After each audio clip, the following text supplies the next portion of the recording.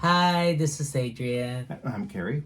and for this episode of the Scent Library, we are going to talk about a few of our favorite perfumes. These are a few of our favorite things. Yes, Sort of holiday driven because maybe you'll want to give some gifts of fragrance to somebody and not know what would be good choices. Well, I think all of these would be good choices. yes, So we'll start off with one of my favorite things. There's a lot of blue fragrances out there. How do you know which one is the best? Well, you have to try them all for yourself, I guess. But for me, my favorite of the blue fragrances is Bleu de Chanel, specifically the Eau de Parfum. This came out in 2014 and it has a really nice composition. It has top notes of grapefruit, lemon, mint, and middle notes of ginger, jasmine, and base notes of incense, cedar, sandalwood, and patchouli. It just comes together really nice, and everybody that smells this ends up liking it.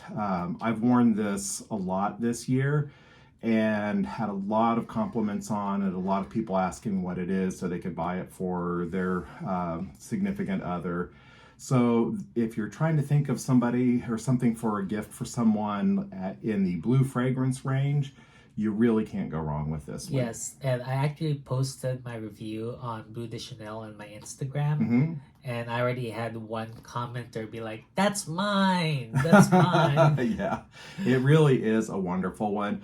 There's so many good blue fragrances out there, but this is one that is not really divisive. I mean, just about everybody likes this Yes. one, and for good reason. It's really wonderful. Okay, and speaking of blue fragrances, this Yeah. is Polo Deep Blue.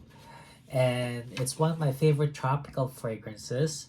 So it was released in 2020. It's an aromatic aquatic fragrance for men. And the reason I really like this is because it has green mango. Very Right. rare. You don't see it in any fragrance. So the top notes are green mango, grapefruit, and bergamot. Middle notes of cypress, clary sage, and geranium. And base notes of C notes, ambroxan, fir resin, musk, and patchouli. So the combination of green mango, cypress, and C notes just does it for me. Yeah, it's amazing. It's very pleasant. Takes you to a sort of a tropical seaside location in your mind and stuff. It's just a really wonderful one. Yes. Okay. All right, this one truly is one of my favorite things. As you can see, I've made quite a dent in this one.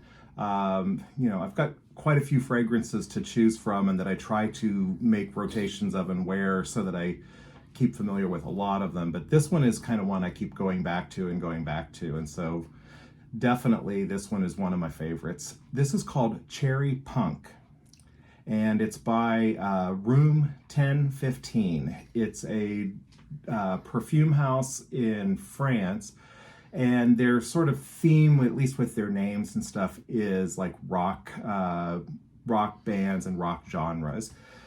This one is a release that came out in 2020, and it is a sort of an amber spicy fragrance. The top notes in this one are, of course, cherry, and then Sichuan pepper, middle notes of violet and jasmine, base notes of leather and tonka. The cherry fragrances are really hard to come across the ones that you really, really like because cherry is a hard note to match. It's really more of an accord. It's a combination of different smells, which often turn pretty quickly into something more like marzipan or almond. Yes. This one, the cherry lasts a long time and it smells like a sort of a dark cherry.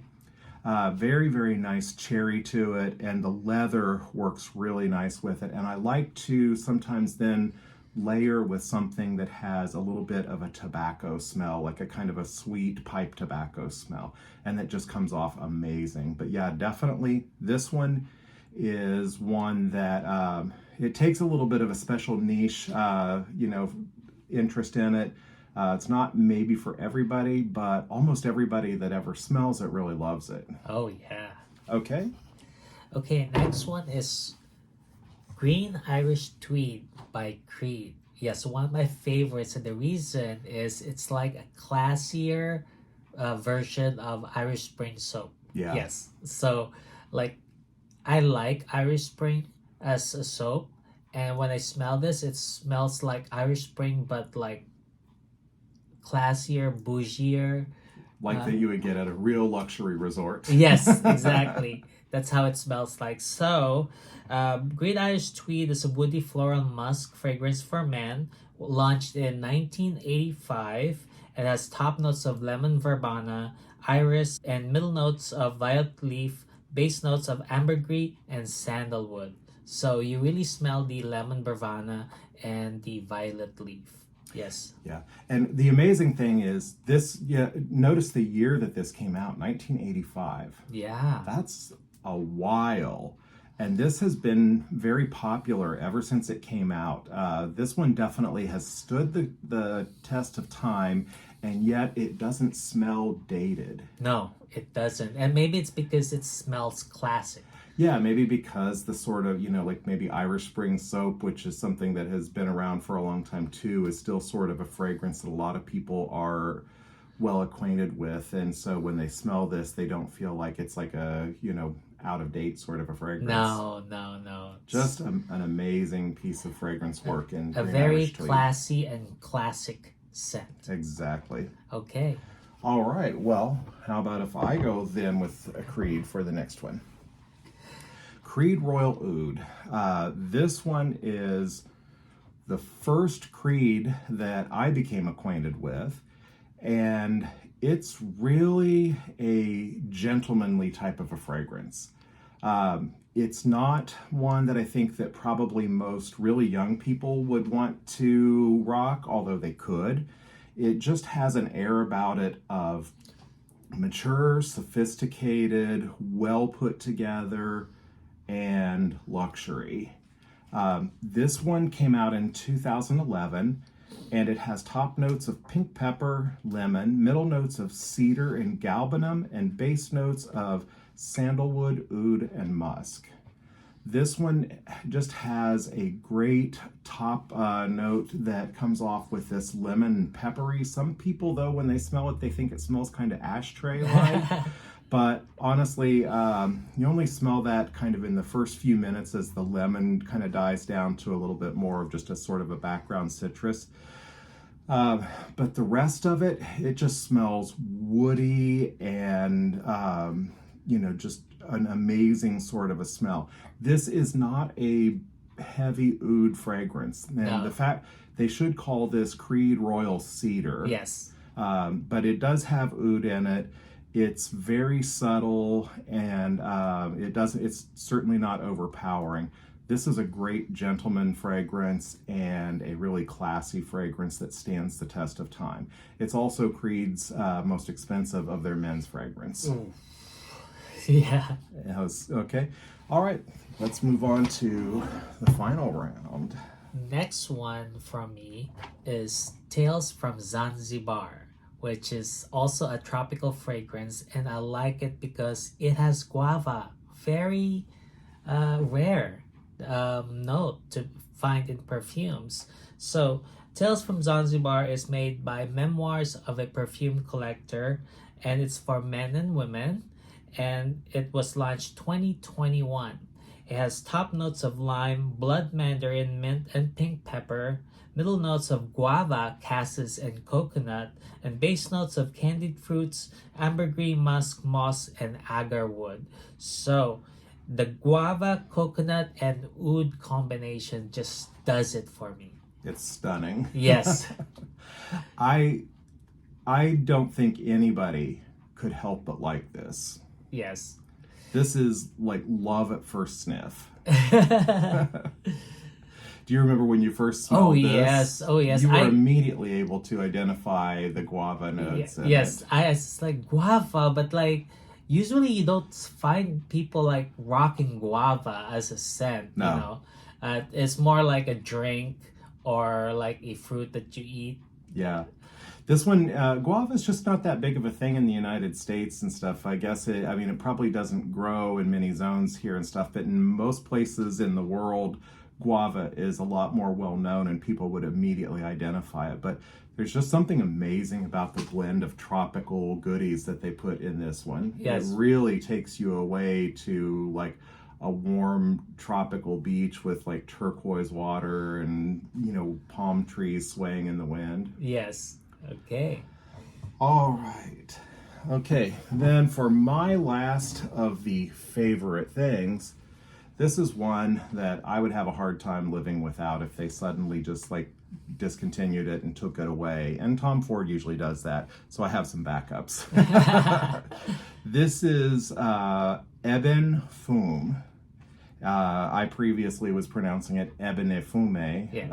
It's really what it means is ebony smoke. We have featured this perfume several times in our channel, and it's just one of those perfumes that we just like a lot. A lot.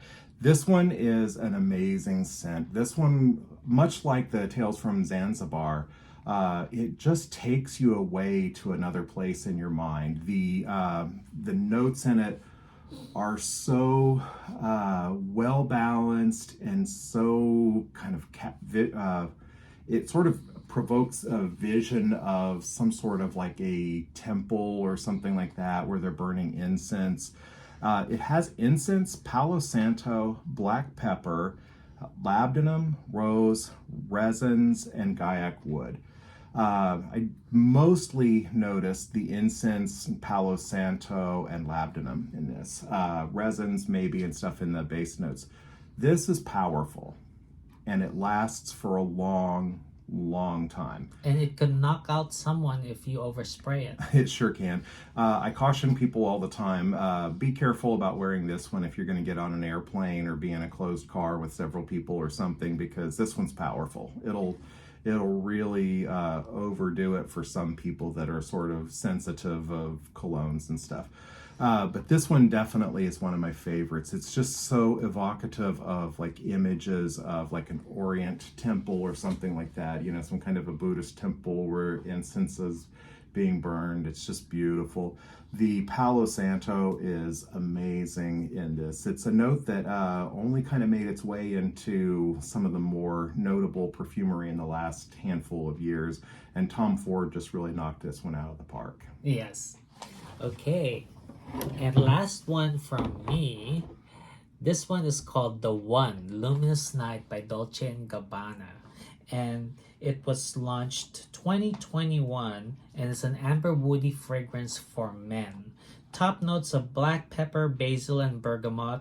Middle notes of dates, geranium, and sage. And base notes of amber, incense, and sandalwood. So what does it for me is the combination of dates and sandalwood.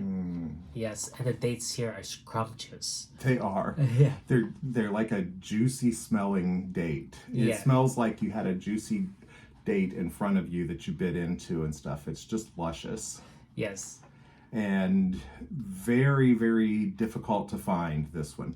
It's not discontinued, at least not that I know of as of a few weeks ago when I was putting some information together on this one. But it is hard to obtain over here in the Americas. It was oriented more towards the Middle East. Yes. And so the production is not highly geared up, I guess, and the shipping of where it goes to be marketed is more Middle East. So to find it over here, you pretty much have to look through some of the discounters that buy things across the world and then ship them here to be distributed in the United States. FragranceNet, Joma Shop, and Fragrance by Canada often get small shipments of this in. So if you put yourself on their mailing list and watch your emails kind of closely, sometimes you can catch where you can get a bottle of it. It's not terribly expensive, especially kind of compared to some of the other ones we've talked about here, but it's not really discounted when you find it. It's pretty much close to list price because it just sells out immediately. Yes. So if you if you want this one, be on the lookout for it. And if you just see it, just pay the price for it. It's not going to be exorbitant. It just won't be that heavily discounted, but you won't get much of a discount on it because so many people want this and try to find it. Okay, and that does it for a few of our favorite things. Yeah, we hope that some of these things may have given you some ideas for a gift to give to somebody really special this year, or a gift to give to yourself. Yes, exactly. So, till next time, happy holidays. Bye. Bye.